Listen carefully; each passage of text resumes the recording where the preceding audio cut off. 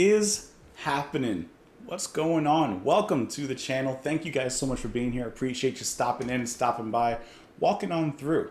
What are we listening to today? We're listening to Slint. Slint, we're going to take the first track off their album Spiderland, which was released in 1991. This would be their second and final studio album.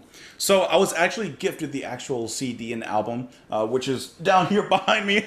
I wasn't going to dig through it all. I didn't want to dig through and just like pull at everything, especially because right now we're in the midst of kind of moving things around. I'm sure by now you've probably seen the video, a while back, but about the whole housing situation. So we're kind of moving things to and fro at the moment.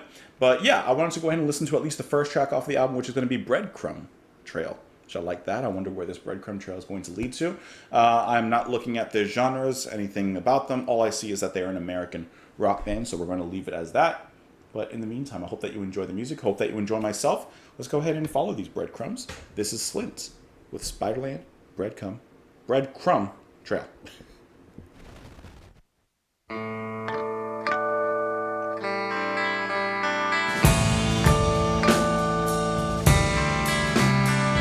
Stepped out onto the midway. I was looking for the pirate ship when I saw this small, old light tenant motor. It was blue and had white lights hanging all around it. Decided to check out the tent. It seemed like I could hear music coming from inside. As I walked toward it, I passed a crowd of people at a sideshow. Couldn't figure out why they were want to wait in line.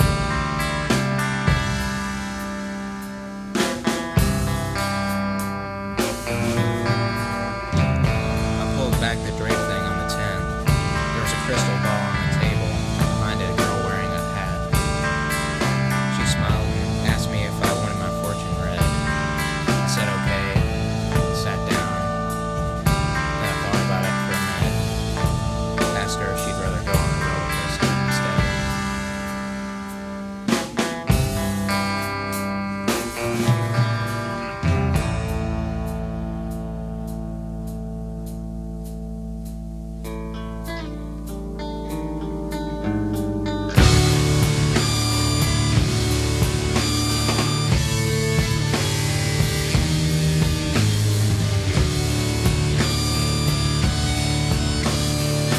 Creeping up into the sky,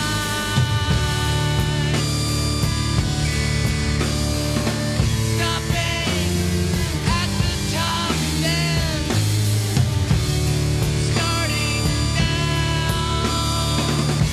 The girl grabbed my hand, I clutched it tight. I said goodbye to the ground.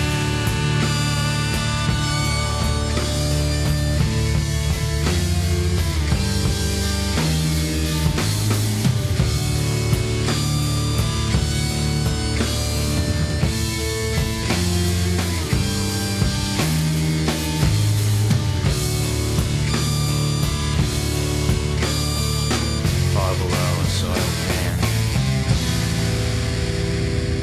A bucket of torn tickets set aside. He watches the children run by.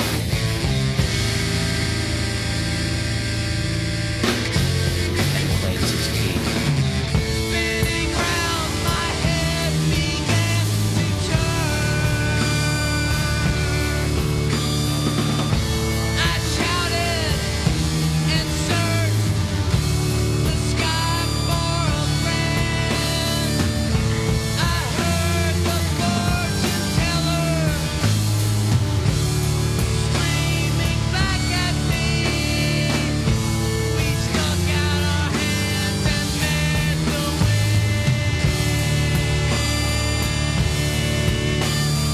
A girl falters as she steps down from the platform.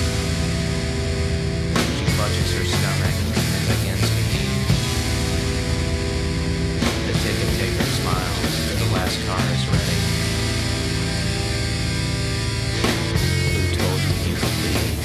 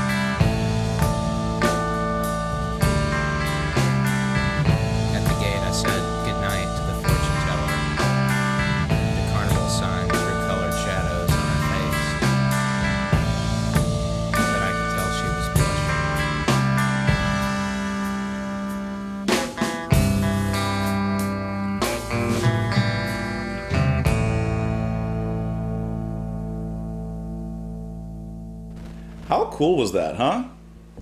How cool is Breadcrumb Trail? This is like some atmospheric rock, shoegazy kind of stuff. How did you guys feel about the singing / speaking? I thought the speaking was really cool. Let me get the names up so I can properly name who's, performing what here on the personnel. That's going to be Brian McMahon. Brian, we're just going to say. I liked his storytelling. Storytelling is great, lyrically. And just the way it's presented, the way that he's speaking to us throughout and just retelling this story, I think is really cool. The story, I think, is also really interesting. He goes to meet a fortune teller. Then the fortune teller didn't see this coming. He says, hey, you want to ride on a roller coaster instead? And it's just this kind of interesting, twisted, meditative, shoegazy way of putting that all together. But I really enjoyed his speaking. It actually reminded me, if you slowed it down, it reminded me of Rosetta Stone from Tool. Just the straight... I mean, like I said, Rosetta Stone is very much like just quicker and much more like mumbly. Like, yeah, that's part of the point of it. But the way it's done here, it kind of has that same effect. It's in a 7/8 groove in the beginning. And then later on, I'm not 100% sure because I wasn't counting exactly, but they threw in some extra measures, maybe one or two, in one of the later sections, which is interesting because the first section, being 7/8, ended too early from a typical, time signature. But the last part added an extra beat almost to equal everything out. If I'm digging even deeper, perhaps unnecessarily so, almost like there was lack of fulfillment in the beginning when he was going to the fortune teller, but now that he actually took the fortune teller out, basically on a date on a carnival, now he was over fulfilled. Now he found that meaning. That was my chair. That wasn't me. That wasn't me. The guitar tone as well is that kind of guitar tone that you feel it on your skin. You feel your hairs raise up. You feel your goosebumps coming in. It's that kind of guitar tone. The drumming was also delightfully heavy. I really enjoyed just how many kicks we were getting thrown in there, how heavy it was at certain moments. If you had changed the vocals slightly and maybe even down-tune those guitars just a little bit, you would have probably gotten into some black gaze doom metal kind of stuff, which is definitely right up my alley. So I thought this was really cool. Britt Walford on the drums. That was really, really nice. This was good. This was a great mood just to kind of relax in. I'm looking at the album cover and, they're just kind of chilling in the water there with only their heads above. And I'm kind of getting something similar from the music. Your body under the water is just kind of floating, but you're still, in a sense, anchored down by the liquid beneath. But only your head is above the water. I don't know. There's something about that. I really like that, though. Let's get into these lyrics here. I stepped out onto the midway. I was looking for a pirate ship and saw this small old white tent at one end. It was blue and had white lights hanging all around it. I decided to check out the tent. It seemed I could hear music coming from inside. As I walked toward it, I passed a crowd of people at the sideshow. I couldn't figure out why they wanted to wait in line. I pulled back the drape thing on the tent. I love how he's not even specific, what is it called? He's like, I pulled back the drape thing. You guys know, the little thing. There was a crystal ball at the table, and behind it, a girl wearing a hat. She smiled, asked me if I wanted my fortune read. I said okay and sat down. Then I thought about it for a minute. I like how we're not getting, I don't know how to describe this, but in the writing style, it's not like this is matter of fact what happened. This is just the facts of the story. We're also getting his thoughts alongside that, his ponderings within his own mind. Because I like how after he sits down and says, okay, he says, then I thought about it for a minute and asked if she would rather go on the roller coaster instead. And from that point, the music changes as well. It kind of becomes a little more delightful, a little brighter, almost like fireworks in the sky, almost like a carnival and the rides, the amusement park, lighting up. And then it just kind of goes on to describe their time there, creeping up into the sky, stopping at the top, and then starting down. The girl grabbed my hand. I clutched it tight. I said goodbye to the ground. They're going on the roller coaster and they're coming down, Of course, this could be metaphorical for love or something else, but my favorite line is at the end, after this date night is pretty much over. The sun was setting by the time we left. We walked across the deserted lot alone. We were tired, but we managed to smile. At the gate, I said goodnight to the fortune teller. The carnival sign threw colored shadows on her face, but I could tell she was blushing. I just think that's really cool. He was basically I don't know the specific name, but, being a fortune teller, she should know what's coming.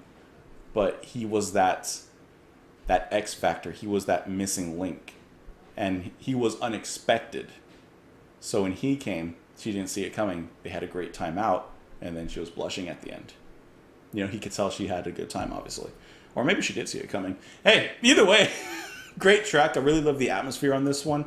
Let me know what you guys thought, though, in the comments below. You can follow me in a bunch of places, Twitter, Patreon, and all this stuff. Don't forget to like the video before you leave, subscribe if you haven't already, and share the video if you don't mind. That helps a lot. But otherwise, I hope that you enjoyed it. Hope that this breadcrumb trail led you to perhaps some bread at the end. Enjoy the rest of your day, guys.